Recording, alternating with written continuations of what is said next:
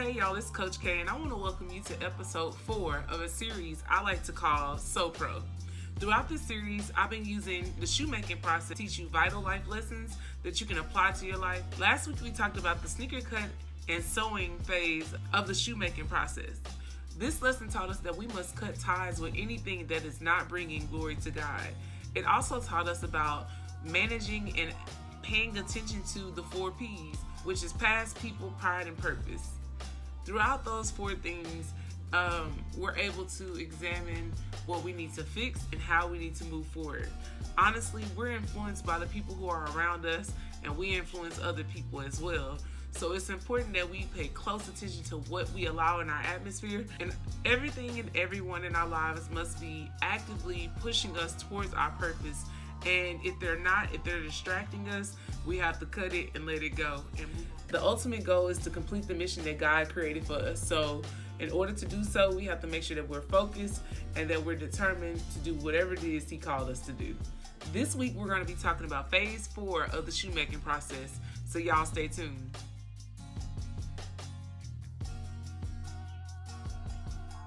The world will ask you to conform on so many occasions. You'll feel peer pressure, you'll feel the fear of missing out, and at times you'll question your identity. In some situations, you'll feel like conforming is the only option. I mean, the world does make you feel like if you're not following the trends, that you're losing, but that is the furthest thing from the truth. Seeking validation from others only leads you to compromising your own beliefs. It's easy to fall into this trap when you're trying something new or transitioning. The fear of the unknown weighs heavy on you and tries to convince you that the grass is greener on the other side, but that's not always true either. Naturally, you want to feel accepted and loved, but if you allow outside sources to dictate your actions, you'll start to value their opinion of you. When you're not secure in yourself, you lose sight of the love that lives inside of you. Feeling the pressure to fit in is a part of progressing, but you have to choose to either stay true to yourself or switch up. You may not understand how to stay grounded, but I believe step 4 of the shoemaking process could help you survive. The 4th step of the shoemaking process is the shoe last, grinding, and sole joining phase. The manufacturer creates a shoe last for every single shoe size. In this phase, the fabric that was previously sewn is placed on the shoe last. Once the fabric is on the last, a machine presses it to create a closure from the front to the heel. Next, the fabric is beat to conform to the shoe last and grinded down at the bottom to prep for the sole. Glue is added to the shoe. Then the upper and the lowers are aligned and sealed together by a hydraulic press. The shoe last is put in place to support the shoe and to create a foundation. Once the fabric is attached, it must go through a grinding process to prepare it to be joined with the sole. Without the pressure from the grinder, the shoe won't fit the sole securely. This phase demonstrates the importance of trusting the process. You're going to go through hard times, you're going to go through moments where you feel like you have to make difficult decisions. Pressure causes whatever is already in your heart and in your spirit to come out quicker. If you don't love yourself, it'll be easy to convince you to conform to the ways of the world. Following the popular vote will always steer you in the wrong direction, but valuing the journey that God created for you always allows you to recognize your purpose. Individuality and authenticity are crucial to your progression because God created you for a very specific reason. It's difficult to stay 10 toes down when you're constantly being pushed to conform, but you have to stand your ground. In a room full of Converse, you got to remain the retro Jordan that you are. Although there are millions of shoes being created in your atmosphere, every shoe has its own last, their own shoe size, and their own destination. Some shoes are similar, but ultimately God designed them to fulfill different missions. Changing yourself to gain approval from others will only cause you to discount your entire existence. If you want to find your lane, you have to respect the process and stay deeply rooted when you're being pressed. You have to embrace yourself fully, quirks and all. It's okay if you're weird because, to be honest, we're all weird. You just have to find your tribe of weirdos. Life pushes you to move faster than you should, but know that you have time. Follow God and listen to His directions. What's meant for you is for you. You don't have to compete for it. You don't have to conform for it, and you don't have to worry about it. I believe that step 4 of the shoemaking process has given us 5 steps that we can implement in our daily lives. These 5 steps will help us stay true to ourselves when we're feeling pressured.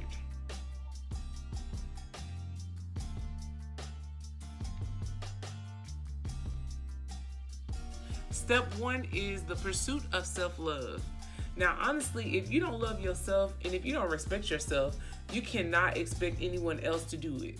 We teach other people how to treat us. So if you don't have any standards or morals for yourself, you're not going to hold anybody else accountable or hold them to a standard that's way up here because you don't have it for yourself. So when it comes to self-love, we have to realize that this is the only body that we're going to get. This is the only spirit that we have. This is the only heart that we have. And we have to make sure that we're treating it as such, making sure that we take care of ourselves and that we conduct maintenance and just like make sure that we're keeping ourselves well kept. You have to make sure that you're investing in your mental health and mentally, spiritually, physically, emotionally, all of that across the board. You only get one body, yo. And once it's gone, it's gone. So be a good steward over your body and your heart and your soul and your spirit. And make sure that you show other people how to treat you by the way you treat yourself.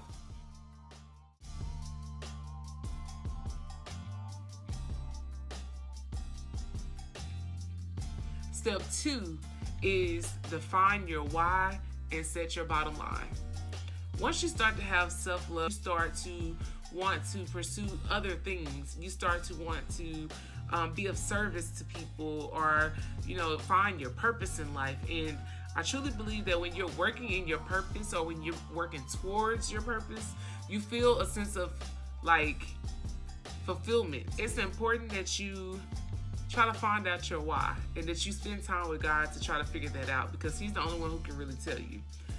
Ask Him what He wants you to do. Ask Him what is the mission that He put on your heart and that He wants you to fulfill so that you can fully do what He calls you to do.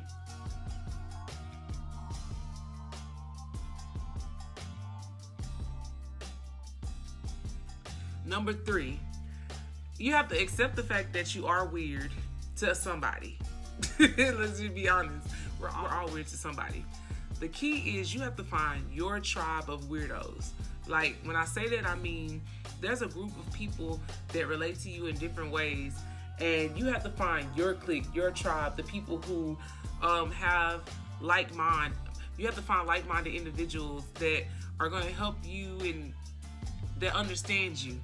When you find your tribe, you'll be good to go, and you'll have the support that you've always needed and that you wanted.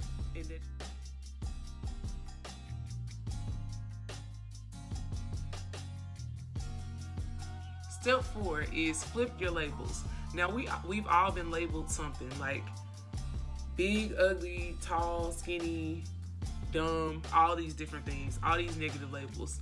You want to take the time to flip those labels. Just because somebody calls you something does not mean that you have to answer to it. So take the time to think about the things people called you back in the day. Acknowledge that and throw it away because you know that that's not your truth. So make sure that you flip the labels. I always tell people to go to the Bible and try to find out what God says about you, and whatever negative thing that they said about you, you flip that thing and make it a positive.